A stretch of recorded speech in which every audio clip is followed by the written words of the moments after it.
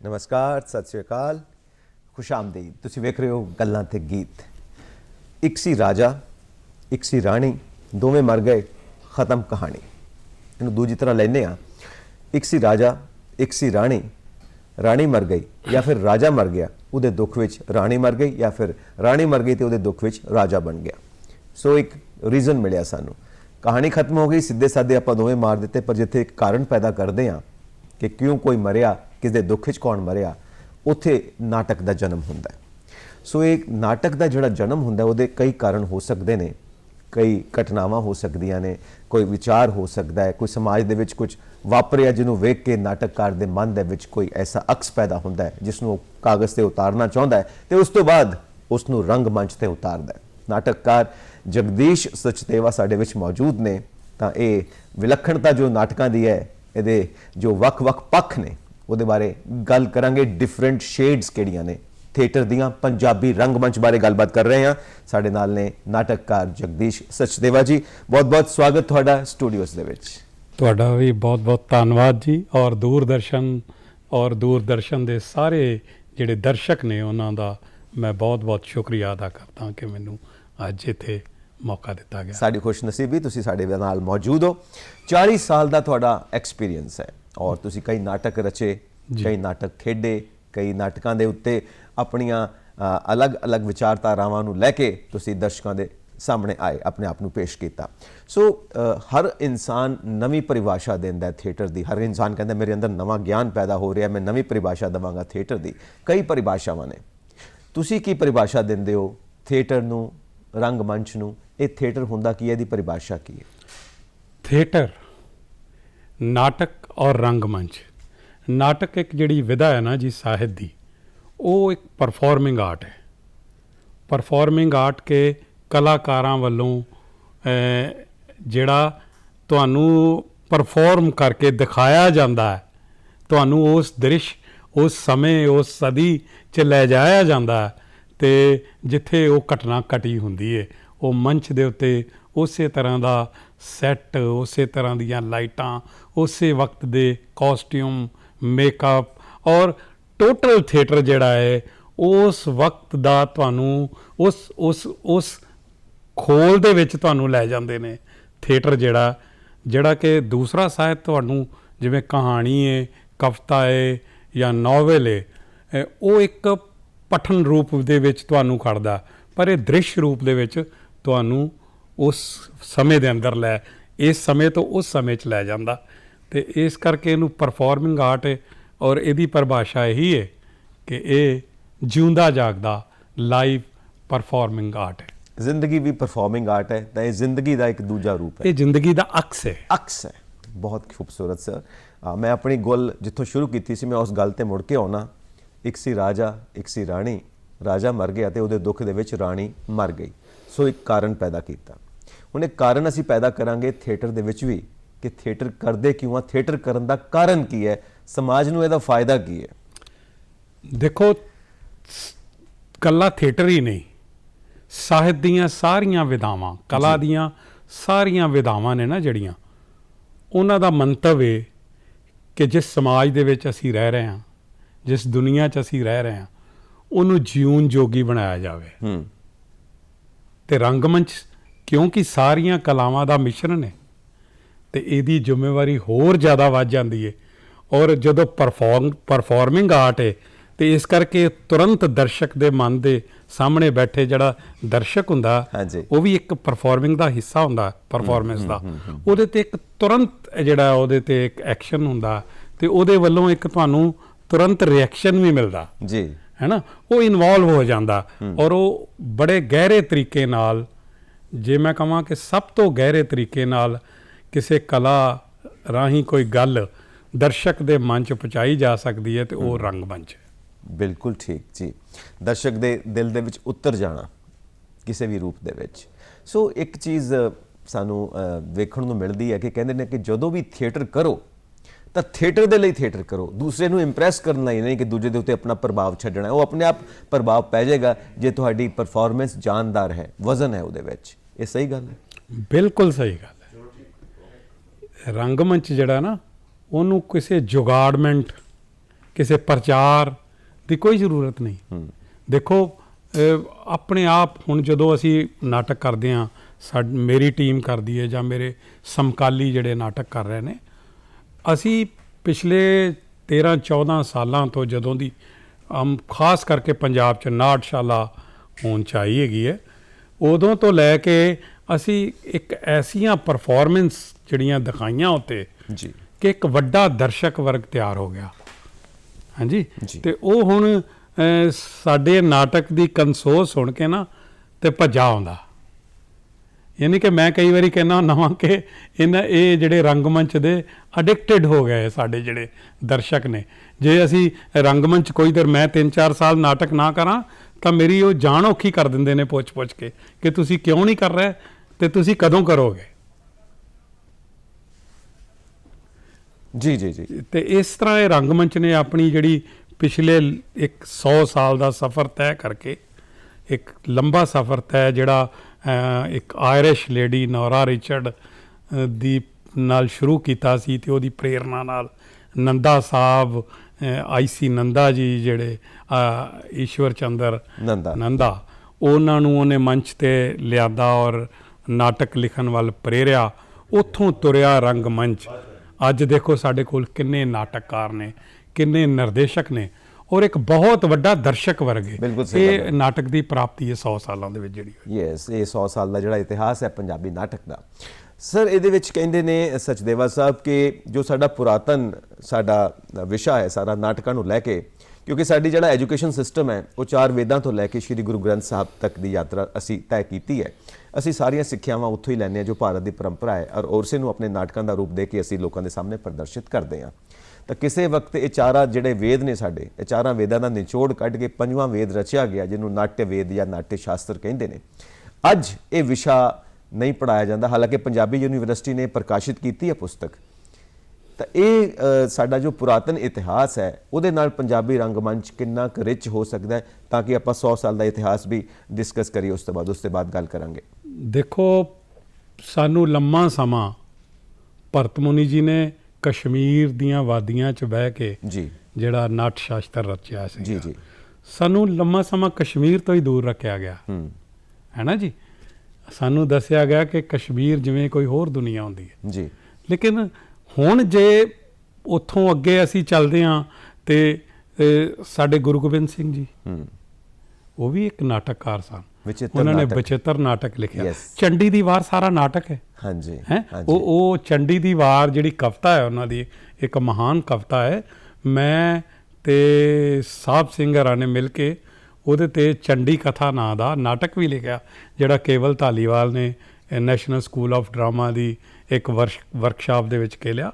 ਬੜਾ ਕਮਾਲ ਦਾ ਨਾਟਕ ਬਣਿਆ ਔਰ ਉਹ ਗੁਰਸ਼ਰਨ ਸਿੰਘ ਹਰਾਂ ਨੇ ਮੈਨੂੰ ਕਹਿ ਕੇ ਉਹਨਾਂ ਮੈਨੂੰ ਚੁਣਿਆ ਸੀ ਕਿ ਇਹ ਜਿਹੜਾ ਹੈ ਇਹ ਚੰਡੀ ਨੂੰ ਸਮਝ ਕੇ ਤੇ ਚੰਡੀ ਤੇ ਨਾਟਕ ਜੇ ਕੋਈ ਲਿਖ ਸਕਦਾ ਤੇ ਉਹ ਜਗਦੀਸ਼ ਸਚਦੇਵਾ ਲਿਖ ਸਕਦਾ।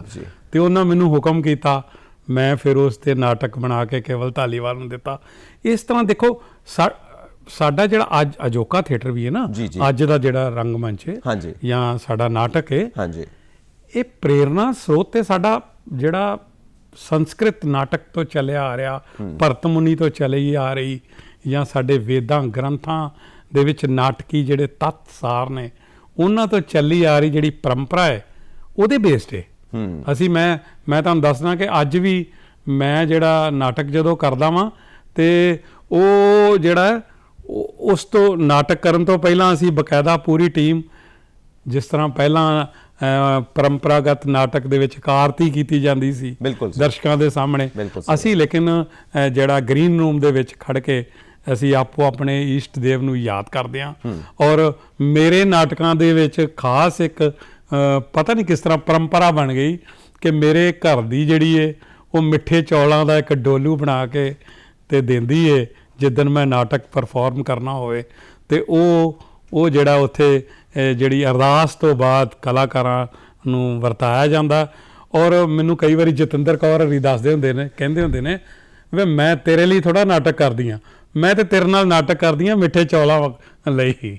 ਤੇ ਇਹ ਉਹ ਜਿਹੜੀਆਂ ਪਰੰਪਰਾਵਾਂ ਨੇ ਨਾ ਸਾਡੀਆਂ, ਕਿ ਅਸੀਂ ਰੰਗਮੰਚ ਨੂੰ ਅੱਜ ਵੀ ਜਿਹੜਾ ਮੱਥਾ ਟੇਕ ਕੇ ਤੇ ਮੰਚ ਤੇ ਚੜ੍ਹਦੇ ਆ ਕਲਾਕਾਰ ਜਿਹੜੇ ਆ, ਹੈ ਨਾ, ਇਹ ਪਰੰਪਰਾਵਾਂ ਨਾਲ ਜੁੜਿਆ ਹੈ, ਸਾਡੇ ਫੋਕ ਨਾਲ ਜੁੜਿਆ ਹੈ। ਸਾਨੂੰ ਦਿਸ਼ਾ ਉੱਥੋਂ ਮਿਲ ਰਹੀ ਹੈ। ਰੰਗਮੰਚ ਦੀ ਦਿਸ਼ਾ ਚਾਰੇ ਵੇਦ ਤੈਅ ਕਰ ਗਏ ਸੀ, ਰਾਮਾਇਣ ਨੇ ਤੈਅ ਕਰਤੀ ਸੀ, ਮਹਾਭਾਰਤ ਨੇ ਤੈਅ ਕਰਤੀ ਸੀ, ਚੰਡੀ ਦੀ ਵਾਰ ਨੇ ਤੈਅ ਕਰਤੀ ਸੀ, ਬਚਿੱਤਰ ਨਾਟਕ ਨੇ ਤੈਅ ਕਰਤੀ ਸੀ। ਜਦੋਂ ਅਸੀਂ ਸ਼੍ਰੀ ਗੁਰੂ ਗ੍ਰੰਥ ਸਾਹਿਬ ਜੀ ਦੀ ਵੀ ਗੱਲ ਕਰਦੇ ਹਾਂ, ਜਦੋਂ ਅਸੀਂ ਜਪਜੀ ਸਾਹਿਬ ਦੀ ਗੱਲ ਕਰਦੇ ਹਾਂ, ਤਾਂ ਉਹਦੇ ਵਿੱਚ ਵੀ ਬਾਬਾ ਜੀ ਲਿਖਦੇ ਨੇ ਲੱਖ ਆਕਾਸ਼ਾਂ ਆਕਾਸ਼, ਲੱਖ ਪਤਾਲਾਂ ਪਤਾਲ। ਤਾਂ ਸਾਰਾ ਦੱਸਦੇ ਨੇ ਕਿ ਜੋ ਬ੍ਰਹਮੰਡ ਦੇ ਵਿੱਚ ਵਿਜ਼ੂਅਲ ਦੇਖੋ, ਵਿਜ਼ੂਅਲ ਹੈ, ਨਾਟਕ ਚੱਲਦਾ ਪਿਆ। ਗगन में थाल रवचंद ਦੀਪਕ ਬਣੇ, ਇਹ ਤਾਰਕਾ ਮੰਡਲ ਜਨਕ ਮੋਤੀ। ਵਾਹ ਵਾਹ। ਸੋ ਹੁਣ ਅਸੀਂ ਗੱਲ ਕਰਾਂਗੇ ਜਿਹੜਾ ਪੰਜਾਬੀ ਥੀਏਟਰ ਦਾ 100 ਸਾਲ ਦਾ ਇਤਿਹਾਸ ਹੈ, ਨੌਰਾ ਰਿਚਰਡਸ ਤੋਂ ਸ਼ੁਰੂ ਹੋਇਆ। ਇਹਦੇ ਵੱਖ-ਵੱਖ ਪੜਾਵਾਂ ਬਾਰੇ ਸਾਨੂੰ ਦੱਸੋ ਜੋ ਅੱਜ ਤੱਕ ਅਸੀਂ ਪਹੁੰਚੇ ਹਾਂ, ਸੰਨ 2022 ਤੱਕ। ਹਾਂ, ਨੌਰਾ ਰਿਚਰਡ ਤੋਂ ਸ਼ੁਰੂ ਹੋਇਆ, ਈਸ਼ਵਰ ਚੰਦਰ ਨੰਦਾ ਤੋਂ ਹੁੰਦਾ ਹੋਇਆ ਇਹ ਸਫ਼ਰ ਗਾਰਗੀ ਸਾਹਿਬ ਨੇ ਪੰਜਾਬੀ ਨਾਟਕ ਨੂੰ ਇੱਕ ਹਾਈਟ ਦਿੱਤੀ, ਇੱਕ ਉਚਾਨ ਦਿੱਤੀ, ਇੱਕ ਅਰੂਜ ਪੈਦਾ ਕੀਤਾ ਪੰਜਾਬੀ ਨਾਟਕ ਦੇ ਵਿੱਚ। ਗਾਰਗੀ ਹਰਾਂ ਦੇ ਦਾਸਾਨੀ ਅੱਜ ਤੱਕ ਮੈਂ ਸਮਝਦਾ ਵਾਂ ਪੰਜਾਬੀ ਨਾਟਕ 'ਚ ਕੋਈ ਨਹੀਂ। ਬਿਲਕੁਲ ਸਹੀ ਗੱਲ ਹੈ। ਜੇ ਉਹਨਾਂ ਨੂੰ ਅਸੀਂ ਪੰਜਾਬੀ ਨਾਟਕ ਦਾ ਅੰਬਰ ਕਹਿ ਲਈਏ, ਆਕਾਸ਼ ਕਹਿ ਲਈਏ, ਤੇ ਕੋਈ ਅਤਕਥਨੀ ਨਹੀਂ ਹੋਏਗੀ। ਉਸ ਤੋਂ ਬਾਅਦ ਤਾਂ ਜਿਹੜੇ ਨਾਟਕ ਲਿਖਦੇ ਨੇ, ਡਾਕਟਰ ਹਰਚਰਨ ਸਿੰਘ ਆਉਂਦੇ ਨੇ, ਸੁਰਜੀਤ ਸਿੰਘ ਸੇਠੀ ਆਉਂਦੇ ਨੇ, ਕਪੂਰ ਸਿੰਘ ਘੁੰਮਣ ਆਉਂਦੇ ਨੇ, ਗੁਰਦਿਆਲ ਸਿੰਘ ਫੁੱਲ ਆਉਂਦੇ ਨੇ। ਉਸ ਤੋਂ ਬਾਅਦ ਇੱਕ ਹੋਰ ਪੀੜ੍ਹੀ ਅੱਗੇ ਟੁਰਦੀ ਹੈ ਤੇ ਗੁਰਸ਼ਰਨ ਸਿੰਘ ਹਰੀ, ਬਿਲਕੁਲ ਜੀ, ਔਲਖ ਸਾਹਿਬ ਆਉਂਦੇ ਨੇ। ਉਹਨਾਂ ਤੋਂ ਬਾਅਦ ਪ੍ਰੋਫੈਸਰ ਆਤਮਜੀਤ ਨਾਟਕ ਲਿਖਦੇ ਕਾਰੀ ਦੇ ਵਿੱਚ ਇੱਕ ਆਪਣੀ ਸਿਖਰ ਪੈਦਾ ਕਰਦੇ ਨੇ ਔਰ ਆਪਣਾ ਵੱਡਾ ਨਾਂ ਪੈਦਾ ਕਰਦੇ ਨੇ। ਔਰ ਵਿਦਵਤਾ ਦੇ ਪੱਖੋਂ ਵੀ ਉਹ ਬੰਦੇ ਜਿਹੜੇ ਨੇ ਕਮਾਲ ਦੇ ਨੇ, ਔਰ ਉਹਨਾਂ ਦੀ ਸਟੱਡੀ ਕਮਾਲ ਹੈ, ਉਹਨਾਂ ਦਾ ਵਿਜ਼ਨ ਕਮਾਲ ਹੈ, ਔਰ ਉਹ ਵੱਡੇ ਨਾਟਕਕਾਰ ਹੋ ਕੇ ਉੱਭਰਦੇ ਨੇ। ਔਲਖ ਸਾਹਿਬ ਆਪਣੀ ਬੋਲੀ ਜਿਹੜੀ ਸ਼ੈਲੀ ਹੈ ਮਾਲਵੇ ਦੀ, ਉਹਨੂੰ ਲੈ ਕੇ ਇੱਕ ਜਿਹੜੀ ਸਾਡੀਆਂ ਜ਼ਮੀਨ ਨਾਲ ਜੁੜੀਆਂ ਹੋਈਆਂ ਜਿਹੜੀਆਂ ਸਾਡੀਆਂ ਕਥਾਵਾਂ ਨੇ, ਘਰ ਘਰ ਦੀਆਂ ਕਥਾਵਾਂ ਨੇ, ਹੈ ਉਹ ਖੇਤੀਬਾੜੀ ਦੇ ਮਸਲੇ ਨੇ, ਹੈ ਨਾ, ਛੋਟੀ ਕਿਸਾਨੀ ਦੇ ਔਰ ਨਪੀੜੇ ਜਾ ਰਹੇ ਮਜ਼ਦੂਰ ਦੇ ਜਿਹੜੇ ਮਸਲੇ ਨੇ, ਉਹਨਾਂ ਨੂੰ ਆਪਣੀ ਬੋਲੀ ਸ਼ੈਲੀ ਮਾਲਵੇ ਦੀ ਰਾਹੀਂ ਵਿਸ਼ੇਸ਼ ਜਿਹੜਾ ਮੰਚ 'ਤੇ ਲਿਆਉਂਦੇ ਨੇ। ਉਸ ਤੋਂ ਬਾਅਦ ਡਾਕਟਰ ਸਵਰਾਜ ਵੀਰ ਆਉਂਦੇ ਨੇ। ਹਾਂਜੀ, ਉਹ ਸਾਨੂੰ ਇਤਿਹਾਸ 'ਚ ਲੈ ਜਾਂਦੇ ਨੇ, ਵੱਡੇ ਨਾਟਕ ਰਚੇ ਜਾਂਦੇ ਨੇ। ਕੇਵਲ ਧਾਲੀਵਾਲ ਸਾਡਾ ਪਿਆਰਾ ਦੋਸਤ ਉਹਦੇ ਨਾਟਕਾਂ ਨੂੰ ਮੰਚਨ ਕਰਦਾ, ਔਰ ਇੱਕ ਵੱਖਰੀ ਦੁਨੀਆ ਸਾਡੇ ਸਾਹਮਣੇ ਆਉਂਦੀ ਹੈ ਜਿਹੜਾ ਸਵਰਾਜ ਵੀਰ ਰਾਹੀਂ। ਪਾਲੀ ਭੁਪਿੰਦਰ ਬਿਲਕੁਲ ਵਧੀਆ ਨਾਟਕ ਲਿਖਦਾ। ਉਸ ਤੋਂ ਬਾਅਦ ਦਵਿੰਦਰ ਦਮਨ ਹਰੀ ਛਿਪਣ ਤੋਂ ਪਹਿਲਾਂ ਨਾਟਕ ਲਿਖ ਕੇ ਸਰਦਾਰ ਭਗਤ ਸਿੰਘ ਹਰਾਂ 'ਤੇ ਅਮਰ ਹੋ ਜਾਂਦੇ ਨੇ। ਔਰ ਉਸ ਤੋਂ ਬਾਅਦ ਸਤੀਸ਼ ਵਰਮਾ ਨਾਟਕ ਲਿਖ ਰਹੇ ਨੇ, ਜਤਿੰਦਰ ਬਰਾੜ ਲਿਖ ਰਹੇ ਨੇ, ਕੇਵਲ ਧਾਲੀਵਾਲ ਲਿਖ ਰਹੇ ਨੇ, ਡਾਕਟਰ ਸਾਹਿਬ ਸਿੰਘ ਚੰਡੀਗੜ੍ਹ। ਡਾਕਟਰ ਸਾਹਿਬ ਸਿੰਘ ਬਹੁਤ ਇੰਟੈਲੀਜੈਂਟ ਮੁੰਡਾ ਹੀ ਕਹਾਂਗਾ ਉਹਨੂੰ, ਮੇਰੇ ਤੋਂ ਛੋਟਾ ਵੀਰ ਹੈ, ਤੇ ਉਹਦੀ ਸਟੱਡੀ ਬਹੁਤ ਹੈ। ਲੇਕਿਨ ਮੈਂ ਸਮਝਦਾ ਕਿ ਉਹਨੇ ਅਜੇ ਜਿਹੜਾ ਉਹਦੀ ਪਹਿਚਾਣ ਬਣਨਾ ਨਾ, ਨਾਟਕ, ਹਰ ਇੱਕ ਨਾਟਕਕਾਰ ਦੀ ਇੱਕ ਪਹਿਚਾਣ ਹੁੰਦੀ ਹੈ ਕਿ ਇਹ ਫਲਾਣੇ ਨਾਟਕ ਵਾਲਾ ਨਾਟਕਕਾਰ ਹੈ।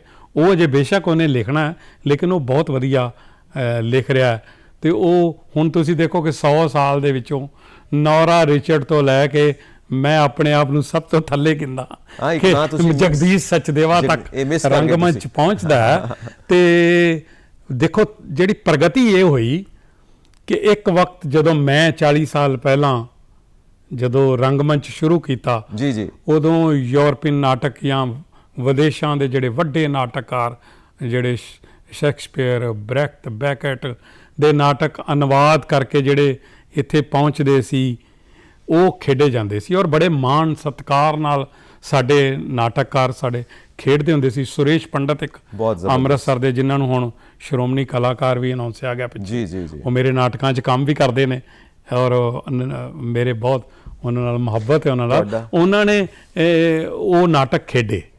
ਗੁਰਸ਼ਰਨ ਸਿੰਘ ਹਰਾਂ ਨੇ ਨਾਟਕ ਨੂੰ ਪਿੰਡਾਂ 'ਚ ਪਹੁੰਚਾਇਆ, ਪਿੰਡਾਂ ਵਾਲਾ ਮੋਰਚਾ ਸੰਭਾਲਿਆ, ਤੇ ਉਹਨਾਂ ਦੀ ਟੀਮ 'ਚ ਸੁਰੇਸ਼ ਪੰਡਤ ਜਿਹੜਾ ਉਹ ਵਿਦੇਸ਼ੀ ਨਾਟਕ, ਵਿਦੇਸ਼ਾਂ ਵੱਲ ਖੁੱਲ੍ਹਦੀ ਖਿੜਕੀ ਸੁਰੇਸ਼ ਪੰਡਤ ਬਣਿਆ। ਅਤੇ ਉਹ ਨਾਟਕ 100 ਸਾਲ ਦੇ ਵਿੱਚ ਮੇਰੇ ਤੱਕ ਪੁੱਜਾ। ਅਤੇ ਮੇਰੀ ਖੁਸ਼ਕਿਸਮਤੀ ਇਹ ਹੈ ਕਿ ਹੁਣ ਸਾਡੇ ਨਾਟਕ ਜਿਹੜੇ ਮੇਰੀ ਪੀੜ੍ਹੀ ਦੇ ਨਾਟਕਕਾਰ ਨੇ ਜਾਂ ਮੇਰੇ ਵੱਡੇ ਸਤਿਕਾਰਯੋਗ ਨਾਟਕਕਾਰ ਨੇ, ਉਹਨਾਂ ਦੇ ਨਾਟਕ ਅਨੁਵਾਦ ਹੋ ਕੇ ਹੁਣ ਯੂਰਪ ਔਰ ਪੂਰੀ ਦੁਨੀਆ 'ਚ ਪਹੁੰਚ ਰਹੇ ਨੇ ਵਾਹ ਵਾਹ। ਔਰ ਜਲਦੀ ਖੇਡੇ ਵੀ ਜਾਣਗੇ। ਦੇਖੋ ਬਹੁਤ ਸਾਡੀ ਅਮੀਰ ਪਰੰਪਰਾ ਰਹੀ ਹੈ ਨਾਟਕਾਂ ਦੀ, ਪਰ ਕਿਸੇ ਵਕਤ ਸਿਆਸੀ ਕਾਰਨਾਂ ਕਰਕੇ ਅਲੋਪ ਹੋਈ। ਉਹ ਸਾਰੇ ਨਾਟਕਕਾਰ ਪਿੰਡਾਂ 'ਚ ਜਾ ਕੇ ਵਸ ਗਏ, ਖਾਸ ਕਰਕੇ ਸਾਡੇ ਦੱਖਣ ਭਾਰਤ ਵਿੱਚ ਤੇ ਬਹੁਤ ਜ਼ਿਆਦਾ ਮਿਲਦੇ ਨੇ।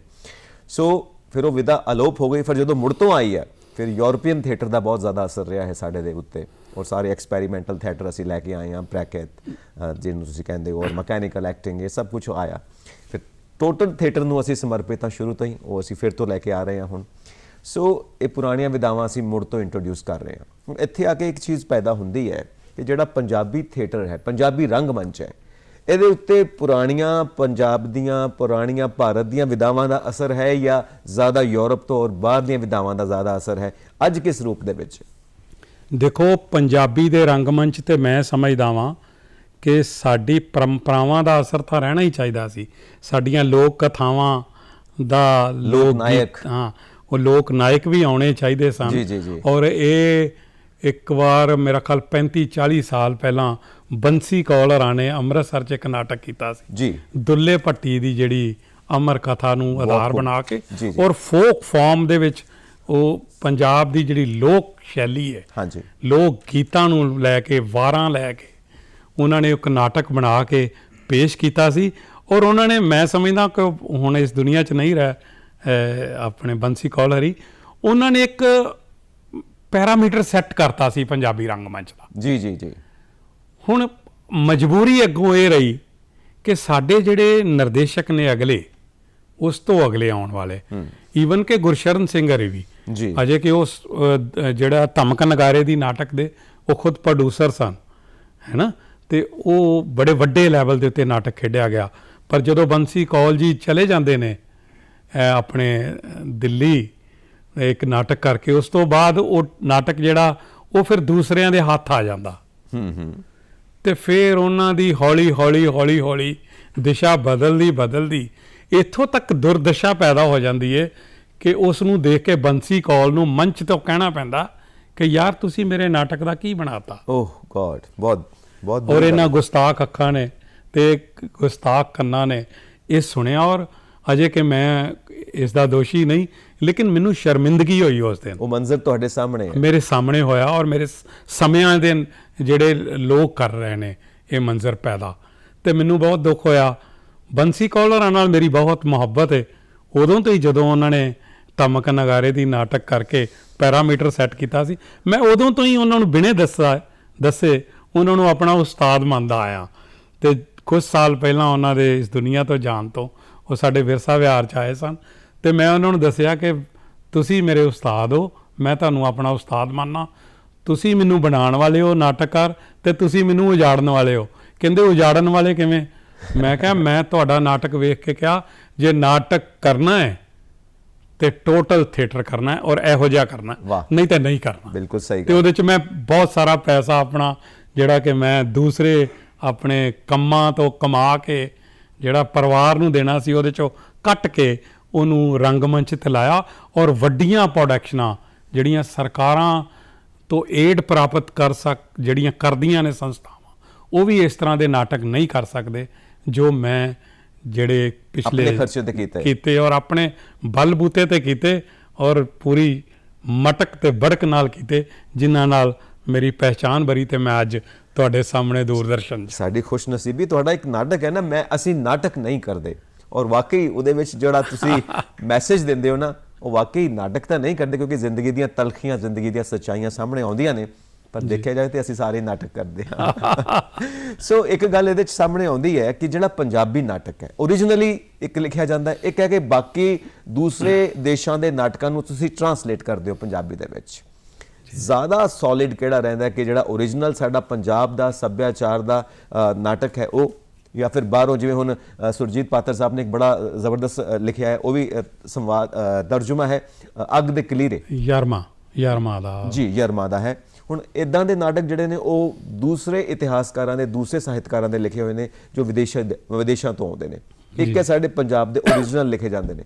ਹੁਣ ਜ਼ਿਆਦਾ ਅਮੀਰ ਵਿਰਸਾ ਕਿਹੜਾ ਹੈ ਸਾਡੇ ਕੋਲ, ਬਾਹਰ ਦੇ ਨਾਟਕਾਂ ਦਾ ਜਾਂ ਟਰਾਂਸਲੇਸ਼ਨਸ ਦਾ ਜਾਂ ਸਾਡੇ ਆਪਣੇ? ਸਾਡੇ ਜਿਹੜੇ ਬਾਹਰ ਵਾਲੇ ਨਾਟਕ ਨੇ ਜੀ, ਉਹਨਾਂ ਦਾ ਵਿੱਚ ਜਿਹੜਾ ਥੀਏਟਰੀਕਲੀ ਐਲੀਮੈਂਟ ਬੇਸ਼ੱਕ ਸਾਡੇ ਅਨੁਕੂਲ ਨਾ ਹੋਵੇ, ਜੀ ਹੈ ਨਾ, ਲੇਕਿਨ ਅਸੀਂ ਉਹਨਾਂ ਦਾ ਨਾਟਕ ਦਾ ਵਿਸ਼ਾ ਲੈ ਕੇ, ਜਿਵੇਂ ਸੁਰਜੀਤ ਪਾਤਰ ਹਰਾਂ, ਦੇਖੋ ਉਹਨੂੰ ਕਾਵਕ ਆਪਣੀ ਕਵਿਤਾ ਨਾਲ, ਆਪਣੇ ਪੰਜਾਬ ਦੇ ਲੋਕ ਨਾਟ ਸ਼ੈਲੀ ਨਾਲ, ਜੀ ਹੈ ਨਾ, ਪੰਜਾਬ ਦੀਆਂ ਲੋਕ ਕਲਾਵਾਂ ਜਿਹੜੀਆਂ ਵਿੱਚ ਪਾ ਕੇ ਤੇ ਲੋਕ ਆਪਣੀ ਲੋਕ ਧਾਰਾ 'ਚ ਲਿਆ ਕੇ, ਜਿਵੇਂ ਉਹਨਾਂ ਨੇ, ਮੈਨੂੰ ਲੱਗਦਾ ਕਿ ਜਿਵੇਂ ਉਹਨਾਂ ਨੇ ਅੱਗ ਦੇ ਕਲੀਰੇ ਬਣਾਤਾ, ਉਹ ਸਾਨੂੰ ਲੱਗਦਾ ਹੀ ਨਹੀਂ ਕਿ ਵਿਦੇਸ਼ੀ ਨਾਟਕ ਹੈ। ਬਿਲਕੁਲ ਸਹੀ ਹੈ ਨਾ, ਉਹ ਸਾਨੂੰ ਲੱਗਦਾ ਕਿ ਸਾਡੇ ਪੰਜਾਬ ਦੇ ਪਿੰਡ ਦੀ ਕਹਾਣੀ ਹੈ। ਜੀ ਜੀ ਜੀ। ਇਸੇ ਤਰ੍ਹਾਂ ਹੀ ਜਿਹੜਾ ਹੁਣ ਰੰਗਮੰਚ ਕਹਾਣੀਆਂ ਦਾ ਰੰਗਮੰਚ ਹੋ ਰਿਹਾ, ਬਹੁਤ ਸਾਰੀਆਂ ਸੋਲੋ ਪਰਫਾਰਮੈਂਸ ਹੋ ਰਹੀਆਂ ਨੇ, ਹੈ ਨਾ। ਜੀ ਜੀ। ਸੋਲੋ ਪਰਫਾਰਮੈਂਸ ਵੀ ਜਿਹੜਾ ਇੱਕ ਕਿਸਮ ਦਾ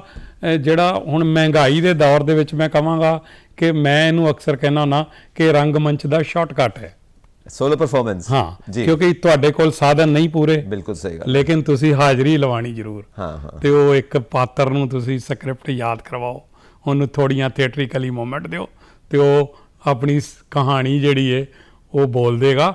ਬੇਸ਼ੱਕ ਉਹ ਲੇਖਕ ਜਿਹੜਾ ਕਹਾਣੀ ਲਿਖਣ ਵਾਲਾ ਉਸ ਤੋਂ ਵਧੀਆ ਬੋਲਦਾ ਹੋਵੇ। ਬਿਲਕੁਲ ਸਹੀ ਗੱਲ ਹੈ। ਅਸੀਂ ਦੇਖਦੇ ਹਾਂ ਆਸ਼ੂਤੋਸ਼ ਰਾਣਾ, ਮਨੋਜ ਵਾਜਪਾਈ, ਜੀ ਜੀ, ਆਸ਼ੀਸ਼ ਵਿਦਿਆਰਥੀ, ਇੱਥੋਂ ਤੱਕ ਕਿ ਨਸੀਰੁਦੀਨ ਸ਼ਾਹ ਸੋਲੋ ਪਰਫਾਰਮੈਂਸ ਲੈ ਕੇ ਆਉਂਦੇ ਨੇ। ਬਿਲਕੁਲ। ਅਨੁਪਮ ਖੇਰ ਵੀ ਕਈ ਵਾਰ ਲੈ ਕੇ ਆਉਂਦੇ ਨੇ ਜਦੋਂ ਵੀ ਉਹਨਾਂ ਕੋਲ ਟਾਈਮ ਹੁੰਦਾ, ਕਿਉਂਕਿ ਉਹਨਾਂ ਨੂੰ ਥੀਏਟਰ ਨਾਲ ਪ੍ਰੇਮ ਹੈ। ਸੋ ਜਦੋਂ ਵੀ ਉਹ ਸੋਲੋ ਪਰਫਾਰਮੈਂਸ, ਇੱਕ ਉਹਦਾ ਫਾਇਦਾ ਇਹ ਹੁੰਦਾ ਕਿ ਤੁਸੀਂ ਇਕੱਲੇ ਹੀ ਪ੍ਰੈਕਟਿਸ ਕਰਦੇ ਪਏ ਹੋ, ਮੈਂ ਉਹੀ ਗੱਲ ਕਰ ਰਿਹਾ, ਤੁਹਾਨੂੰ ਕਿਸੇ ਹੋਰ ਨਾਲ ਕਿਸੇ ਹੋਰ ਜ਼ਰੂਰਤ ਨਹੀਂ ਦੂਸਰੇ ਐਕਟਰ ਦੀ। ਸੋ ਸਾਨੂੰ ਇਸ ਵਕਤ ਜ਼ਰੂਰਤ ਹੈ ਇੱਕ ਗੀਤ ਦੀ, ਆਪਾਂ ਉਹ ਜ਼ਰੂਰਤ ਪੂਰੀ ਕਰ ਲਈਏ ਸਰ। ਬਿਲਕੁਲ। ਉਸ ਤੋਂ ਬਾਅਦ ਫਿਰ ਆਪਾਂ ਬਿਲਕੁਲ ਬਿਲਕੁਲ। ਲਓ ਜੀ, ਅਸੀਂ ਗੀਤ ਦਾ ਆਨੰਦ ਲਈਏ।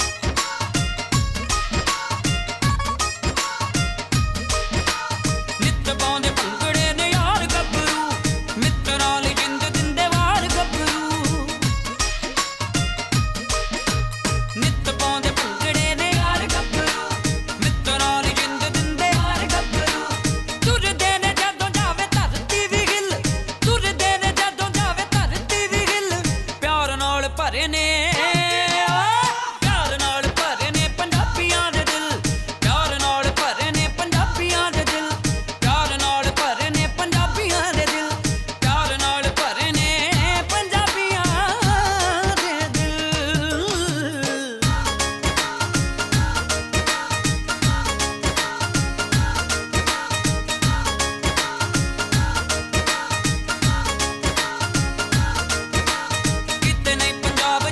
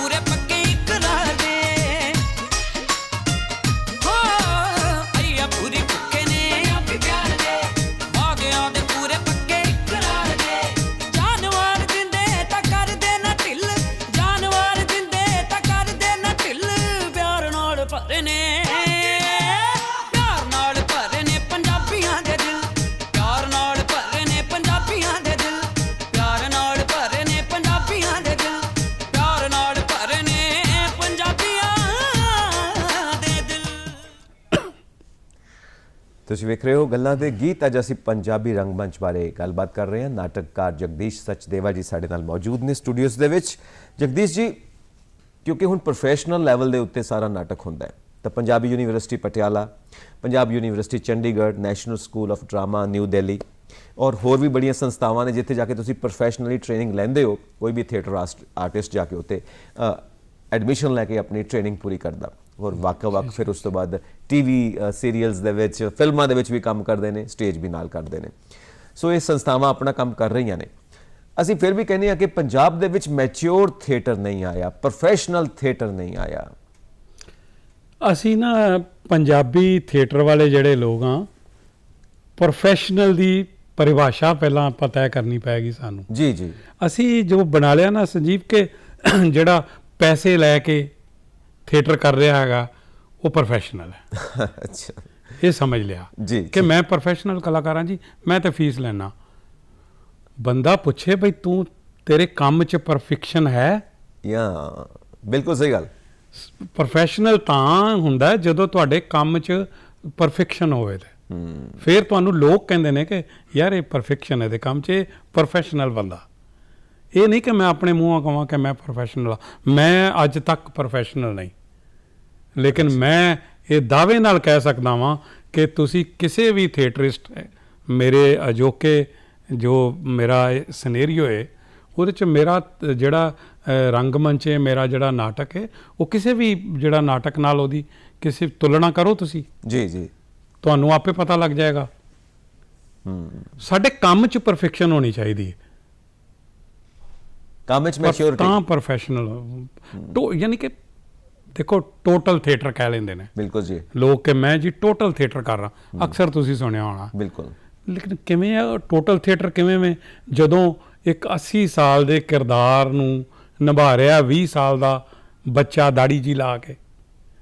ਤੁਸੀਂ 18 ਜਿਹੜੇ ਨੇ ਨਵੇਂ ਕਲਾਕਾਰ ਮੰਚ ਤੇ ਉਤਾਰਤੇ ਅਨਟ੍ਰੇਨਡ, ਉਹਨਾਂ 'ਚ 4 ਪ੍ਰੋਫੈਸ਼ਨਲ ਕਲਾਕਾਰ ਕਰਕੇ ਤੁਸੀਂ ਕਹਿ ਰਹੇ ਹੋ ਜੀ ਮੈਂ ਟੋਟਲ ਥੀਏਟਰ ਕਰ ਰਿਹਾ। ਲੇਕਿਨ ਉਹ ਜਿਹੜੇ 18 ਨੇ ਉਹ ਤੇ ਦਿਸ ਰਹੇ ਨੇ ਕਿ ਉਹ ਤੇ ਸਿੱਖ ਰਹੇ ਨੇ ਮੰਚ ਦੇ ਉੱਤੇ, ਹੈ ਨਾ। ਉਹ ਮੈਚ ਹੀ ਨਹੀਂ ਕਰ ਰਹੇ 4 ਨਾਲ। ਯੈਸ, ਇਹ ਪ੍ਰੋਫੈਸ਼ਨਲ ਥੀਏਟਰ ਨਹੀਂ ਹੈਗਾ। ਪ੍ਰੋਫੈਸ਼ਨਲ ਥੀਏਟਰ ਕਰਨਾ ਬਹੁਤ ਔਖਾ ਹੈ। ਮੈਂ ਥੋੜਾ ਬਹੁਤਾ ਕੀਤਾ ਪਰਫੈਕਸ਼ਨ ਵਾਲਾ, ਪ੍ਰੋਫੈਸ਼ਨਲ ਨਹੀਂ। ਲੇਕਿਨ ਮੇਰੇ ਪਿੰਡੇ ਦੀਆਂ ਲਾਸਾਂ ਜਿਹੜੀਆਂ ਪਈਆਂ ਉਹ ਦੱਸ ਸਕਦੀਆਂ ਕਿ ਕਿੰਨਾ ਔਖਾ ਹੈ। ਬਿਲਕੁਲ ਸਹੀ ਗੱਲ ਹੈ। ਮੈਚਿਓਰ ਥੀਏਟਰ, ਪ੍ਰੋਫੈਸ਼ਨਲ ਥੀਏਟਰ ਬਹੁਤ ਔਖਾ ਕੰਮ ਹੈ। ਔਰ ਜਿਹੜਾ ਯੂਥ ਫੈਸਟੀਵਲਸ ਨੂੰ ਤੁਸੀਂ ਇਹਨੂੰ ਕਿਸ ਕੈਟਾਗਰੀ 'ਚ ਰੱਖਦੇ ਹੋ? ਯੂਥ ਫੈਸਟੀਵਲ ਜਦੋਂ ਸ਼ੁਰੂ ਹੋਇਆ ਸੀ ਨਾ, ਉਦੋਂ ਇਹ ਹੋਇਆ ਸੀ ਇਕਾਂਗੀ ਮੁਕਾਬਲਿਆਂ ਤੋਂ।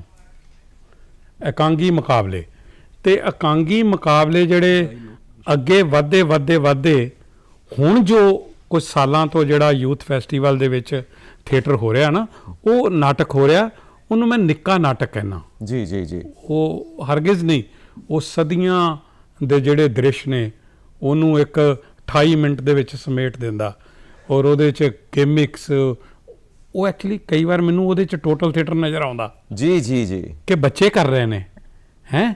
ਤੇ ਅਸੀਂ ਇੱਕ ਵੇਖੋ, ਮੈਂ ਇੱਕ ਵਿਕਸਿਤ ਕੀਤੀ, ਲੋਕਾਂ ਨੇ ਨਾਟਕ ਲਿਖਣ ਦੀ, ਨਾਟਕ ਨਿਰਦੇਸ਼ਨ ਕਰਨ ਦੀ ਵਿਧਾ ਦੇ ਜਿਹੜਾ ਇੱਕ ਪੈਰਾਮੀਟਰ ਸੈੱਟ ਕੀਤੇ ਹੋਣੇ ਨੇ ਵੀ ਇਸ ਤਰ੍ਹਾਂ ਲਿਖਣਾ ਹੈ, ਇਸ ਤਰ੍ਹਾਂ ਖੇਡਣਾ। ਮੈਂ ਕਹਿੰਦਾ ਹੁੰਦਾ ਕਿ ਮੈਂ ਇੱਕ ਨਵੀਂ ਵਿਧਾ ਪੈਦਾ ਕੀਤੀ ਕਿ ਨਾਟਕ ਨੂੰ ਦੇਖਣਾ ਕਿਵੇਂ ਹੈ। ਜੀ ਜੀ ਜੀ। ਹੁਣ ਮੈਂ ਸਾਹਮਣੇ ਬੈਠਾ ਵਾਂ, ਕਿਸੇ ਕਾਲਜ ਦਾ ਨਾਟਕ ਹੋ ਰਿਹਾ, ਮੈਂ ਉਹਦੀ ਤੁਲਨਾ ਕਦੀ ਪ੍ਰੋਫੈਸ਼ਨਲ ਥੀਏਟਰ ਜਾਂ ਟੋਟਲ ਥੀਏਟਰ ਨਾਲ ਨਹੀਂ ਕਰਾਂਗਾ।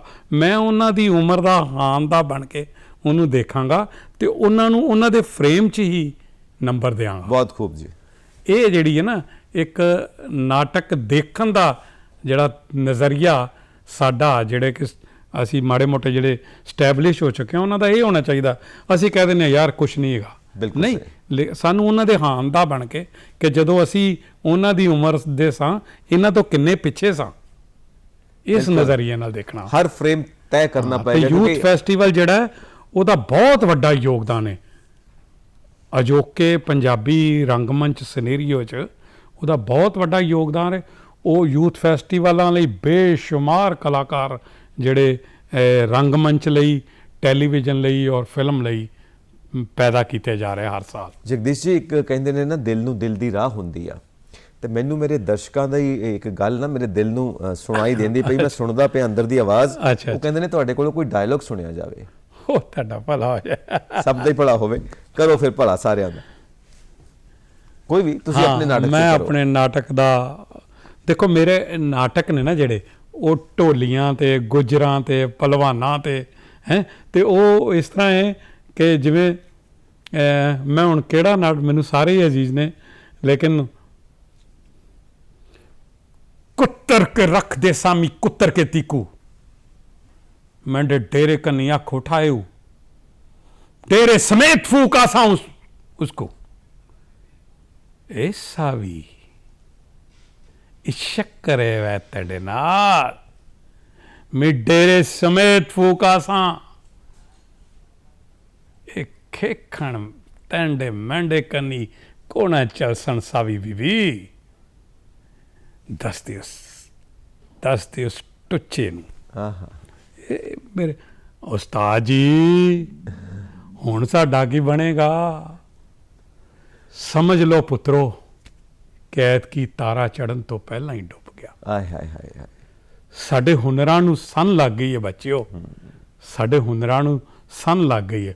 ਉਸਤਾਦ ਜੀ, ਡੋਂਟ ਵਰੀ, ਟੇਕ ਹੌਸਲਾ ਹੁੰਦੀ, ਕੋਟੋ ਸਟੈਂਡ ਹੈ। ਐਵੇਂ ਹੀ ਮੇਰੇ ਤੇ ਚਾਰੇ ਲੱਤਾਂ ਚੁੱਕ ਪੈ ਗਏ ਹੋ, ਮੈਨੂੰ ਚੜ ਪਏ ਹੋ। ਮੈਂ ਸਾਜ਼ ਵਜਾਉਣ ਦੇ ਪੈਸੇ ਲੈ ਨੇ, ਕੋਈ ਦਾੜਾ ਸੱਟਾ ਜਾਂ ਫੀਮ ਚਰਸ ਨਹੀਂ ਵੇਚਣ ਲੱਗ ਪਿਆ। ਮੇਰੇ ਨਾਟਕਾਂ ਦੀ ਜਿਹੜੀ ਭਾਸ਼ਾ ਹੈ, ਮੇਰੇ ਜਿਹੜੇ ਹੈਗੇ ਨੇ, ਉਹ ਬਿਲਕੁਲ ਗਲੀਆਂ, ਮੈਂ ਪਾਤਰ ਗਲੀਆਂ 'ਚੋਂ ਲੈਣਾ, ਗਲੀਆਂ ਬਾਜ਼ਾਰਾਂ, ਸਟਰੀਟ ਥੀਏਟਰ ਹੈ। ਹਾਂ, ਕੰਕਰੀਟ ਲੈਵਲ ਦੇ, ਜਿਹੜੀ ਕੰਕਰੀਟ ਲੈਵਲ, ਹਾਂ, ਜਿਹੜਾ ਜ਼ਮੀਨ ਨਾਲ ਜੁੜੇ ਹੋਏ ਲੋਕ, ਬਿਲਕੁਲ ਬਿਲਕੁਲ। ਔਰ ਮੇਰਾ ਖਿਆਲ ਹੈ ਕਿ ਮੇਰੇ ਨਾਟਕਾਂ ਨੂੰ ਦਰਸ਼ਕ ਉਡੀਕਦੇ ਵੀ ਇਸੇ ਕਰਕੇ ਹੁੰਦੇ ਨੇ ਕਿ ਯਾਰ ਇਹ ਬੰਦਾ ਜਿਹੜਾ ਕਦੀ ਢੋਲੀਆਂ ਨੂੰ ਮੰਚ ਤੇ ਲੈ ਆਉਂਦਾ, ਕਦੀ ਪਹਿਲਵਾਨਾਂ ਨੂੰ ਲੈ ਆਉਂਦਾ, ਕਦੀ ਗੁੱਜਰਾਂ ਨੂੰ ਲੈ ਆਉਂਦਾ ਹੈ, ਇਸ ਤਰ੍ਹਾਂ ਬਸ। ਜਗਦੀਸ਼ ਜੀ, ਤੁਹਾਡੀ ਇਸ ਗੱਲ ਤੋਂ ਇੱਕ ਚੇਤੇ ਆਉਂਦੀ ਗੱਲ ਕਿ ਇੱਕ ਹੈਗਾ ਪੁਰਾਣਾ ਟ੍ਰੀਟਮੈਂਟ ਜਿਹੜਾ ਤੁਸੀਂ ਕਰਦੇ ਪਏ ਹੋ, ਲੋਕ ਇੰਤਜ਼ਾਰ ਕਰਦੇ ਨੇ। ਇੱਕ ਨਵਾਂ ਟ੍ਰੀਟਮੈਂਟ ਹੈ, ਬਾਹਰਲੀ ਸੋਚ, ਯੂਰਪੀਅਨ ਸੋਚ। ਕਈ ਵਾਰ ਅਸੀਂ ਦੇਖਦੇ ਹਾਂ ਨਾਟਕ ਦਾ ਕਲਾਈਮੈਕਸ ਉੱਦਾਂ ਦੇ ਹੀ ਪਾਤਰ, ਉੱਦਾਂ ਦੇ ਪਲਾਟਸ, ਸਬ ਪਲਾਟਸ ਉੱਦਾਂ ਦੇ, ਜੋ ਪੰਜਾਬ ਤੋਂ ਵੱਖਰੇ ਵਿਦੇਸ਼ੀ ਧਰਤੀ ਤੋਂ ਅਸੀਂ ਇੰਪੋਰਟ ਕੀਤੇ ਹੋਏ ਨਾਟਕ, ਔਰ ਉਸੇ ਸ਼ੈਲੀ 'ਚ ਅਸੀਂ ਬਣਾ ਦਿੰਦੇ ਹਾਂ ਪੰਜਾਬ ਦੇ ਕਲਚਰ ਨੂੰ। ਸੋ ਇਹ ਤੁਹਾਨੂੰ ਕਿੱਦਾਂ ਦਾ ਲੱਗਦਾ ਹੈ? ਇਹ ਕਈ ਵਾਰ ਤੇ ਹਜ਼ਮ ਵੀ ਨਹੀਂ ਹੁੰਦੇ ਦਰਸ਼ਕਾਂ ਨੂੰ, ਇਹ ਕਿਹੜੀਆਂ ਦੁਨੀਆ ਦੀਆਂ ਗੱਲਾਂ ਕਰੀ ਜਾਂਦੇ ਨੇ, ਇਹ ਸਾਡੇ ਪੰਜਾਬ ਨਾਲ ਸੰਬੰਧਿਤ ਹੀ ਨਹੀਂ ਹੈਗੀਆਂ ਗੱਲਾਂ। ਦੇਖੋ, ਸਾਨੂੰ, ਮੈਂ ਕਹਿਣਾ ਹੁੰਦਾ ਵਾਂ ਕਿ ਮੈਂ ਨਾਟਕ ਇੱਕ ਹੈਗਾ ਐਂਡ ਗੇਮ। ਜੀ ਹਾਂ, ਹੈ ਨਾ। ਤੁਸੀਂ, ਮੈਂ ਵੀ ਬੇਸ਼ੁਮਾਰ ਵਾਰੀ ਦੇਖਿਆ, ਬੇਸ਼ੁਮਾਰ ਵਾਰੀ ਉਹ ਖੇਡਿਆ ਗਿਆ, ਤੇ ਪਿੱਛੇ ਸਾਡੇ ਉੱਥੇ ਅੰਮ੍ਰਿਤਸਰ 'ਚ ਵੀ ਖੇਡਿਆ ਗਿਆ ਇੱਕ ਬਹੁਤ ਵੱਡੇ ਨਿਰਦੇਸ਼ਕ ਨੇ, ਬ੍ਰੈਕਟ ਦਾ ਹੈ, ਬੈਕਟ ਦਾ। ਯੈਸ। ਤੇ ਉਹ ਮੈਂ ਜਿੰਨੀ ਵਾਰੀ ਵੀ ਦੇਖਿਆ ਨਾ, ਕਿ ਮੰਚ ਤੇ ਸੈਟਿੰਗ ਹੈ ਕਿ ਇੱਕ ਵੀਲ ਚੇਅਰ ਤੇ, ਹਾਂਜੀ, ਜਿਹੜਾ ਨਾਇਕ ਹੈ ਉਹ, ਤੇ ਉਹਦੇ ਮਾਤਾ ਪਿਤਾ ਨੂੰ ਡਰਮਾਂ 'ਚ ਬੰਦ ਕੀਤਾ। ਔਰ ਮੈਂ ਜੇ ਉਹ 6 ਪਰਫਾਰਮੈਂਸ ਦੇਖੀਆਂ, ਤੇ 6 ਪਰਫਾਰਮੈਂਸ ਉੱਥੇ ਹੀ ਡਰਮ, ਉਸੇ ਜਗ੍ਹਾ ਤੇ। ਕਿਸੇ ਨੇ ਇੰਨੀ ਵੀ ਜ਼ਰੂਰਤ ਨਹੀਂ ਕੀਤੀ, ਸਾਡੇ ਨਾਟ ਨਿਰਦੇਸ਼ਕ ਨੇ, ਕਿ ਯਾਰ ਇਹਨਾਂ ਡਰਮਾਂ ਨੂੰ ਛੱਡੋ, ਇਹ ਵੈਸਟਰਨ ਨੂੰ ਛੱਡੋ, ਇਹੋ ਹੀ ਕਹਾਣੀ, ਇਹ ਲੈ ਲਓ ਕਹਾਣੀ, ਇਹਦੀ ਬੜੀ ਅੱਛੀ ਸਟੋਰੀ ਹੈ, ਤੁਸੀਂ ਇਹਨੂੰ ਪੰਜਾਬ ਦੇ ਪਿੰਡਾਂ ਨਾਲ ਜੋੜ ਲਓ, ਆਪਣੀਆਂ ਸਮੱਸਿਆਵਾਂ ਨਾਲ ਜੋੜ ਲਓ ਜੀ। ਇਹਨਾਂ ਨੂੰ ਇੱਥੇ ਵੀ ਤਾਂ ਹੈਗੇ ਨੇ ਜਿਹੜੇ ਪਾਗਲ ਹੋ ਜਾਂਦੇ ਨੇ, ਉਹਨਾਂ ਨੂੰ ਹੱਥਕੜੀਆਂ ਲਾ ਕੇ ਘਰਾਂ 'ਚ ਰੱਖਿਆ ਹੋਇਆ। ਬਿਲਕੁਲ ਸਹੀ ਹੈ ਨਾ। ਇਹ ਮਾਂ-ਬਾਪ ਨੂੰ ਹੱਥਕੜੀਆਂ ਲਾ ਕੇ ਮੰਜਿਆਂ ਨਾਲ ਬੰਨ੍ਹ ਦਿਓ, ਪਰ ਨਹੀਂ, ਕਿਸੇ ਨੇ ਕੋਸ਼ਿਸ਼ ਨਹੀਂ ਕੀਤੀ। ਪੰਜਾਬੀ ਰੰਗਮੰਚ ਜਿਹੜਾ ਹੈ, ਇਸ ਗੱਲੋਂ ਮੈਨੂੰ ਲੱਗਦਾ ਕਿ ਪਿੱਛੇ ਵੇਖ ਕੇ ਅਸੀਂ ਮੱਖੀ ਤੇ ਮੱਖੀ ਮਾਰਦੇ ਹਾਂ, ਦੁਹਰਾਏ ਹੋਏ ਨੂੰ ਫੇਰ ਦੁਹਰਾਈ ਜਾਂਦੇ ਹਾਂ, ਘਸੇ ਹੋਏ ਨੂੰ ਫੇਰ ਘਸਾਈ ਜਾਂਦੇ ਹਾਂ, ਲੇਕਿਨ ਨਵੀਂ ਗੱਲ ਪੈਦਾ ਕਰਨ ਵਾਲੇ ਬਹੁਤ ਥੋੜ੍ਹੇ ਲੋਕ ਨੇ, ਔਰ ਜਿਹੜੇ ਕਰ ਰਹੇ ਨੇ ਉਹਨਾਂ ਦਾ ਬੇਸ਼ੁਮਾਰ ਨਾਮ ਹੀ ਬਣ ਰਿਹਾ। ਉਹਨਾਂ ਨੂੰ 100 ਸਾਲ ਬਾਅਦ, 500 ਸਾਲ ਬਾਅਦ ਯਾਦ ਵੀ ਕੀਤਾ ਜਾਏਗਾ, ਇਹ ਮੈਂ ਦਾਅਵੇ ਨਾਲ ਕਹਿਣਾ। ਉਹੀ ਪ੍ਰੋਫੈਸ਼ਨਲ ਥੀਏਟਰ ਔਰ ਮੈਚਿਓਰ ਥੀਏਟਰ ਕਰ ਰਹੇ ਨੇ, ਜੋ 100 ਸਾਲ ਬਾਅਦ ਯਾਦ ਕੀਤੇ ਜਾਣਗੇ, ਜਿਵੇਂ ਨੌਰਾ ਰਿਚਰਡਸ ਨੂੰ ਅਸੀਂ ਬਿਲਕੁਲ ਅੱਜ ਵੀ ਕਰ ਰਹੇ ਹਾਂ, ਅਸੀਂ ਆਈਸੀ ਨੰਦਾ ਨੂੰ ਯਾਦ ਕਰਦੇ ਹਾਂ। ਅੱਜ ਟੈਕਨੋਲੋਜੀ ਆ ਗਈ, ਪੁਰਾਣੇ ਟਾਈਮ ਦੇ ਵਿੱਚ ਟੈਕਨੋਲੋਜੀ ਨਹੀਂ ਸੀ, ਅੱਜ ਤੁਹਾਨੂੰ ਟੈਕਨੋਲੋਜੀ ਦੀ ਮਦਦ ਮਿਲਦੀ ਹੈ। ਪਹਿਲਾਂ ਤੁਹਾਨੂੰ ਚੀਖ ਕੇ ਬੋਲਣਾ ਪੈਂਦਾ ਸੀ, ਡਾਇਲੌਗ ਬੜਾ ਲਾਊਡ ਬੋਲਣਾ ਪੈਂਦਾ ਸੀ, ਲਾਸਟ ਲਾਈਨ ਤੱਕ ਤੁਹਾਡੀ ਆਵਾਜ਼ ਜਾਣੀ ਚਾਹੀਦੀ ਹੈ। ਅੱਜ ਕੱਲ੍ਹ ਤੁਹਾਨੂੰ ਮਾਈਕ ਦੀ ਸੁਵਿਧਾ ਹੈ, ਤੁਸੀਂ ਨੈਚੁਰਲ ਪਰਫਾਰਮੈਂਸ ਦੇ ਸਕਦੇ ਹੋ, ਬੇਸ ਵਿੱਚ ਤੁਸੀਂ ਨਾਟਕ ਖੇਡ ਸਕਦੇ ਹੋ, ਨਹੀਂ ਤਾਂ ਬੇਸ ਯੂਜ਼ ਕਰਨਾ ਮੁਸ਼ਕਿਲ ਹੋ ਜਾਂਦਾ ਸੀ। ਸੋ ਇਹ ਸਭ ਚੀਜ਼ਾਂ ਅਸੀਂ ਟੈਕਨੋਲੋਜੀ ਦੀ ਜਿਹੜੀ ਮਦਦ ਲੈਂਦੇ ਹਾਂ, ਉਹ ਸਾਡੇ ਨਾਟਕ ਨੂੰ ਕਿੰਨੀ ਕੁ ਮਦਦ ਲੈਣੀ ਚਾਹੀਦੀ ਹੈ ਤਾਂ ਕਿ ਉਹਦੀ ਜੋ ਕੁਦਰਤੀ ਦਿੱਖ ਹੈ ਉਹ ਖਰਾਬ ਨਾ ਹੋਵੇ। ਐਵੇਂ ਗਿਮਿਕਸ ਤਮਾਸ਼ਾ ਜਿਹੜਾ ਬਣ ਜਾਏ, ਫॉर द ਸੇਕ ਆਫ ਟੈਕਨੋਲੋਜੀ ਅਸੀਂ ਟੈਕਨੋਲੋਜੀ ਇਸਤੇਮਾਲ ਕਰਦੇ ਪਏ ਹਾਂ। ਟੈਕਨੋਲੋਜੀ ਦਾ ਬਹੁਤ ਫਾਇਦਾ ਜੀ। ਔਰ ਮੈਨੂੰ ਟੈਕਨੋਲੋਜੀ ਦਾ ਨੁਕਸਾਨ ਪਹੁੰਚਿਆ ਅੱਛਾ। ਕਿਉਂਕਿ ਜਦੋਂ ਤੋਂ ਨਾਟਸ਼ਾਲਾ ਬਣੀ 13-14 ਸਾਲ ਪਹਿਲਾਂ ਤੋਂ, ਨਾਟਸ਼ਾਲਾ ਦਾ ਬਣਨਾ ਇੱਕ ਪੰਜਾਬੀ ਰੰਗਮੰਚ ਦਾ ਟਰਨਿੰਗ ਪੁਆਇੰਟ ਮੈਂ ਸਮਝਦਾ। ਅੰਮ੍ਰਿਤਸਰ ਦੇ ਵਿੱਚ ਜੀ ਜੀ ਜੀ ਜੀ ਜੀ। ਜਤਿੰਦਰ ਬਰਾੜ ਹਰਾ ਨੇ ਉਹ ਆਪਣਾ ਉਹ ਸੁਪਨਾ ਘੁੰਮਦੀ ਹੋਈ ਸਟੇਜ ਹੈ ਉਹ, ਬਿਲਕੁਲ। ਉੱਥੇ ਰਿਵੋਲਵਿੰਗ ਸਟੇਜ ਹੈ, Yes. ਉੱਥੇ ਟਰਾਲੀਆਂ ਤੇ ਅੱਗੇ ਸੈੱਟ ਆ ਜਾਂਦੇ ਨੇ, Yes. ਸੈੱਟ ਇੱਕ ਸਕਿੰਟ ਦੇ ਵਿੱਚ ਰਿਮੂਵ ਹੋ ਜਾਂਦੇ, ਨਵੇਂ ਲੱਗ ਜਾਂਦੇ ਨੇ। ਉੱਥੇ ਬਾਰਿਸ਼ ਦਰਸ਼ਕਾਂ ਤੇ ਵੀ ਪੈ ਜਾਂਦੀ ਹੈ, ਖੁਸ਼ਬੂਆਂ ਮੰਚ ਆਉਂਦੀਆਂ ਤੇ ਵੀ ਨੇ। ਪੈ ਜਾਂਦੀ ਹੈ, ਖੁਸ਼ਬੂਆਂ ਆ ਜਾਂਦੀਆਂ ਨੇ, ਹੈ ਨਾ। ਇੱਕ ਬੜਾ ਯੂਨੀਕ ਕਿਸਮ ਦਾ Yes. ਜਿਹੜਾ ਟੈਕਨੀਕ ਔਰ ਕਲਾ ਦੋਵੇਂ ਮਿਕਸ ਦਾ ਮਿਸ਼ਰਣ ਹੈ ਉੱਥੇ। ਜੀ ਜੀ ਜੀ ਜੀ। ਹੁਣ ਹੁੰਦਾ ਇਹ ਵੇ ਕਿ ਉੱਥੇ ਇੰਟੀਮੇਟ ਥੀਏਟਰ ਹੈ, ਉਹ ਇੱਕ ਛੋਟਾ ਜਿਹਾ ਥੀਏਟਰ ਹੈ, 180-200 ਸੀਟਾਂ ਵਾਲਾ, ਤੇ ਦਰਸ਼ਕ ਜਿਹੜਾ ਸਾਡੇ ਇਹ ਪਾਤਰ ਵਾਂਗਰਾਂ ਹੀ ਨਾਟਕ ਦਾ ਹਿੱਸਾ ਹੈ। ਤਿੰਨ ਕਦਮਾਂ ਤੇ ਦਰਸ਼ਕ ਬੈਠਾ ਹੋਇਆ, ਇੰਟੀਮੇਟ ਥੀਏਟਰ ਉਹ ਹੈਗਾ। ਉਹ ਜਦੋਂ ਅਸੀਂ ਉਹ ਥੀਏਟਰ ਕਰਦੇ ਆ ਨਾ ਜੀ, ਸਾਨੂੰ ਇੰਨਾ ਸਵਾਦ ਆਉਂਦਾ ਯਾਰ। ਸਾਨੂੰ ਲੱਗਦਾ ਕਿ ਇਹੀ ਐਕਟਿੰਗ ਹੈ, ਇਹੀ ਥੀਏਟਰ ਹੈ, ਇਹੀ ਸਾਰਾ ਕੁਝ ਹੈ।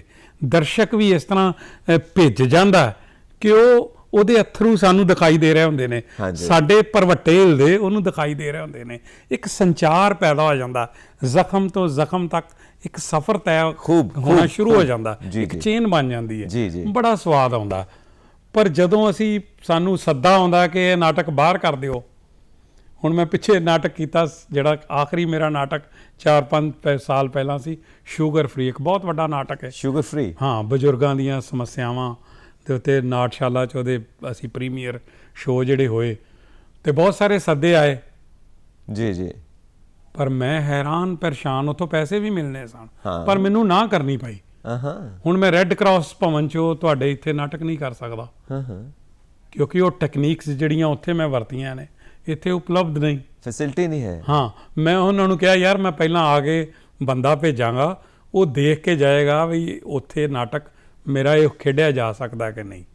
ਹੁਣ ਮੈਂ ਵੀ ਨਹੀਂ ਚਾਹਾਂਗਾ ਕਿ ਇੰਨਾ ਹਾਈਟ ਜਿਹੜੀ ਉਸ ਨਾਟਕ ਨੇ ਪ੍ਰਸਿੱਧੀ ਦੀ ਪ੍ਰਾਪਤ ਕੀਤੀ ਤੇ ਮੈਂ ਕਿਸੇ ਇੱਕ ਵੱਡੇ ਇਕੱਠ ਦੇ ਵਿੱਚ ਉਸ ਨਾਟਕ ਨੂੰ ਖੇਡ ਕੇ ਤੇ ਆਪਣੀ ਲਿਆਰੀ ਕਰਾ ਲਵਾਂ। ਥੱਲੇ ਨਹੀਂ ਆਉਣਾ ਚਾਹੀਦਾ, ਕਿਉਂਕਿ ਮੇਰਾ ਇੱਕ ਅਸੂਲ ਹੈ, ਮੈਂ ਆਪਣੀ ਜ਼ਿੰਦਗੀ ਦਾ ਇੱਕ ਅਸੂਲ ਬਣਾਇਆ ਕਿ ਖਲੋਤੇ ਰਹੋ ਲੇਕਿਨ ਪਿੱਛੇ ਨਾ ਜਾਓ, ਅੱਗੇ ਵਧੋ। ਬਹੁਤ ਖੂਬਸੂਰਤ। ਪਿੱਛੇ ਉਦੋਂ ਵਧੋ ਜਦੋਂ ਤੁਸੀਂ ਕੋਈ ਲੰਬੀ ਛਲਾਂਗ ਲਾਣੀ ਹੈ। ਪਿੱਛੇ ਹੋ ਕੇ ਦੌੜ ਕੇ ਛਲਾਂਗ ਲਗਾਓ, ਉਦੋਂ ਤਾਂ ਤੁਹਾਨੂੰ ਜਾਣਾ ਪਏਗਾ। ਬਿਲਕੁਲ ਠੀਕ ਹੈ। ਕਹਿੰਦੇ ਨੇ ਮਾਰਕੀਟ ਦੇ ਵਿੱਚ ਇੱਕ ਸਟੈਂਡਰਡ ਸੈੱਟ ਕਰ ਦਿਓ, ਤੁਹਾਡਾ ਸਟੈਂਡਰਡ ਪਤਾ ਹੋਣਾ ਚਾਹੀਦਾ ਕਿ ਇਸ ਸਟੈਂਡਰਡ ਤੋਂ ਥੱਲੇ ਨਹੀਂ ਆਏਗਾ ਬੰਦਾ, ਤਾਂ ਫਿਰ ਤੁਹਾਡੇ ਨਾਟਕ ਨੂੰ ਜ਼ਰੂਰ ਪ੍ਰੋਫੈਸ਼ਨਲ ਥੀਏਟਰ ਬਣਾ ਸਕਦੇ ਹੋ, ਮੈਚਿਓਰ ਥੀਏਟਰ ਬਣਾ ਸਕਦੇ ਹੋ। ਸੋ ਇੱਕ ਜਿਹੜੀ ਸਭ ਤੋਂ ਇੰਪੋਰਟੈਂਟ ਗੱਲ ਹੈ, ਤੁਸੀਂ ਬੜੀ ਸੋਹਣੀ ਗੱਲ ਕੀ, ਜ਼ਖਮ ਤੋਂ ਜ਼ਖਮ ਤੱਕ ਦਾ ਸਫ਼ਰ। ਕਿਆ ਬਾਤ ਹੈ, ਇਹ ਤੇ ਪੂਰਾ ਨਾਟਕ ਹੀ ਕਰ ਦਿੱਤਾ ਤੁਸੀਂ। ਇਹ ਰੋਟੀ ਦਾ ਮਸਲਾ ਕਿਵੇਂ ਹੱਲ ਕਰੀਏ, ਕਿਉਂਕਿ ਟੀਵੀ ਵਿੱਚ ਵੀ ਚਲੇ ਜਾਂਦੇ ਨੇ ਕਲਾਕਾਰ, ਫਿਲਮਾਂ ਵਿੱਚ ਵੀ ਚਲੇ ਜਾਂਦੇ ਨੇ, ਕਿਉਂਕਿ ਥੀਏਟਰ 'ਚ ਰੋਟੀ ਦਾ ਮਸਲਾ ਹੱਲ ਨਹੀਂ ਹੁੰਦਾ, ਪੈਸੇ ਨਹੀਂ ਮਿਲ ਰਹੇ। ਦੇਖੋ, ਜਦੋਂ ਬੰਦਾ ਕੋਈ ਆਉਂਦਾ ਨਾ ਕਲਾ ਦੀ ਦੁਨੀਆ 'ਚ, ਖਾਸ ਕਰਕੇ ਨਾਟਕ ਦੀ ਦੁਨੀਆ 'ਚ, ਰੰਗਮੰਚ ਦੀ ਦੁਨੀਆ 'ਚ, ਮੈਂ ਵੀ ਜਦੋਂ ਆਇਆ ਸੀ ਮੇਰਾ ਵੀ ਗੋਲ ਸੀ ਕਿ ਮੈਂ ਬਹੁਤ ਵਧੀਆ ਕਲਾਕਾਰ ਬਣਨਾ ਔਰ ਟੈਲੀਵਿਜ਼ਨ ਔਰ ਫਿਲਮ 'ਚ ਜਾਣਾ। ਹਾਂਜੀ, ਔਰ ਇਹ ਹਰ ਇੱਕ ਦਾ ਸੁਪਨਾ ਹੁੰਦਾ, ਕਿਉਂਕਿ ਉੱਥੇ ਵੱਡਾ ਐਕਸਪੋਜ਼ਰ ਹੈ, ਰੰਗਮੰਚ ਨਾਲੋਂ ਵੱਡਾ ਐਕਸਪੋਜ਼ਰ ਹੈ। ਜੀ ਬਿਲਕੁਲ। ਤੇ ਹੁੰਦਾ ਹੈ ਕਿ ਫਿਰ ਜਦੋਂ ਇੱਕ ਰੰਗਮੰਚ ਇੱਕ ਇਮਤਿਹਾਨ ਹੈ, ਉਹ ਜਦੋਂ ਬੰਦਾ ਉੱਥੇ ਆਉਂਦਾ ਹੈ, ਇਮਤਿਹਾਨ 'ਚ ਪੈਂਦਾ, ਤੇ ਕਈ ਵਾਰ ਤਾਂ ਉਹਨੂੰ ਉਹ ਜਿਹੜਾ ਪੇਪਰ ਇੰਨਾ ਜੱਚਦਾ ਕਿ ਉਹ ਕਹਿੰਦਾ ਨਹੀਂ ਮੈਂ 3 ਘੰਟੇ ਪੂਰੇ ਲਾ ਕੇ ਇਹਨੂੰ ਹੱਲ ਕਰਾਂਗਾ ਹੈ, ਔਰ ਬੜੇ ਆਰਾਮ ਨਾਲ ਔਰ ਪ੍ਰੇਮ ਨਾਲ ਇੱਥੋਂ ਸਿੱਖਾਂਗਾ ਵੀ ਤੇ ਮੈਂ ਆਪਣਾ ਪੂਰਾ 100% ਦਿਆਂਗਾ ਵੀ ਇਹਨੂੰ। ਲੇਕਿਨ ਕਈ ਜਿਹੜੀ ਨਵੀਂ ਜਨਰੇਸ਼ਨ ਹੈ ਉਹ ਕਾਹਲੀ ਹੈ। ਬਿਲਕੁਲ ਸਹੀ ਗੱਲ ਹੈ ਨਾ, ਉਹ ਕੰਧ ਨੂੰ ਜਿਹੜਾ ਬੂਹਾ ਖੁੱਲ੍ਹਣ ਦਾ ਇੰਤਜ਼ਾਰ ਨਹੀਂ ਕਰਨਾ ਚਾਹੁੰਦੀ, ਉਹ ਕੰਧ ਟੱਪ ਕੇ ਜਿਹੜਾ ਮੰਜ਼ਿਲ ਤੱਕ ਪਹੁੰਚਣਾ ਚਾਹੁੰਦੀ ਹੈ। ਜਗਦੀਸ਼ ਜੀ, ਤੇ ਉਹਦੇ 'ਚ ਡਿੱਗਣ ਦੇ ਜਿਹੜੇ ਚਾਂਸ ਵੀ ਬਹੁਤ ਹੁੰਦੇ ਨੇ। ਬਿਲਕੁਲ। ਤੇ ਕੁਝ ਲੋਕ ਪਹੁੰਚ ਜਾਂਦੇ ਨੇ ਤੇ ਕੁਝ ਲੋਕ ਡਿੱਗਦੇ ਵੀ ਨੇ, ਤੇ ਮੈਂ ਸਮਝਦਾ ਵਾਂ ਕਿ ਇਹੀ ਜ਼ਿੰਦਗੀ ਹੈ। ਰੰਗਮੰਚ, ਇਹੀ ਜ਼ਿੰਦਗੀ ਹੈ। ਸੋ ਤੁਹਾਡਾ ਇੱਕ ਸੁਨੇਹਾ ਵੀ ਪਹੁੰਚ ਗਿਆ ਕਿ ਕਾਹਲੀ ਨਾ ਕਰੋ, ਆਰਾਮ ਨਾਲ ਠਰਮੇ ਨਾਲ ਚਲੋ। ਤੁਹਾਡਾ ਬਹੁਤ ਬਹੁਤ ਸ਼ੁਕਰੀਆ, ਕਿਉਂਕਿ ਸਮਾਂ ਪਤਾ ਹੀ ਨਹੀਂ ਲੱਗਾ ਕਦੋਂ ਉੱਡਦਾ ਜਾਂਦਾ ਹੈ। ਸੋ ਬਹੁਤ ਬਹੁਤ ਸ਼ੁਕਰੀਆ। ਬਹੁਤ ਇਸਾਂ ਹੀ ਸ਼ੁਕਰੀਆ। ਤਰ੍ਹਾਂ ਤੁਸੀਂ ਹਮੇਸ਼ਾ ਤਰੱਕੀ ਕਰਦੇ ਰਹੋ। ਡੀਡੀ ਪੰਜਾਬੀ ਵੱਲੋਂ ਸ਼ੁਭ ਇੱਛਾਵਾਂ। ਤੁਹਾਡਾ ਬਹੁਤ ਬਹੁਤ ਸ਼ੁਕਰੀਆ। ਥੀਏਟਰ ਦਾ ਸ਼ੌਕ ਆਪਣੇ ਅੰਦਰ ਪੈਦਾ ਕਰੋ, ਰੰਗਮੰਚ ਦਾ, ਤੇ ਪੰਜਾਬੀ ਰੰਗਮੰਚ ਨੂੰ ਹੋਰ ਜ਼ਿਆਦਾ ਅਮੀਰ ਬਣਾਓ। ਸ਼ੁਕਰੀਆ।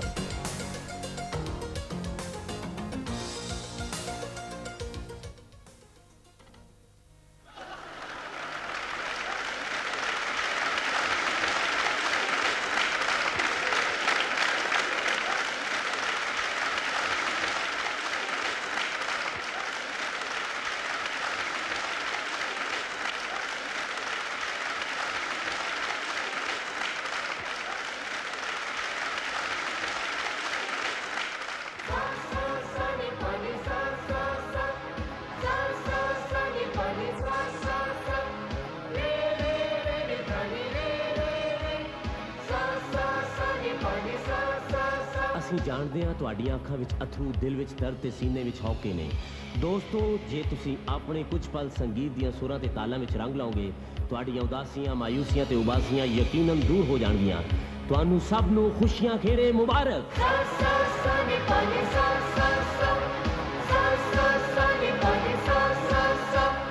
ਵਕਤ ਚਲੇ ਟੇਢੀ ਮੇਢੀ, ਮੇਢੀ ਟੇਢੀ, ਟੇਢੀ ਟੇਢੀ, ਮੇਢੀ ਮੇਢੀ, ਉੱਚੀ ਨੀਵੀਂ ਚਾਲ।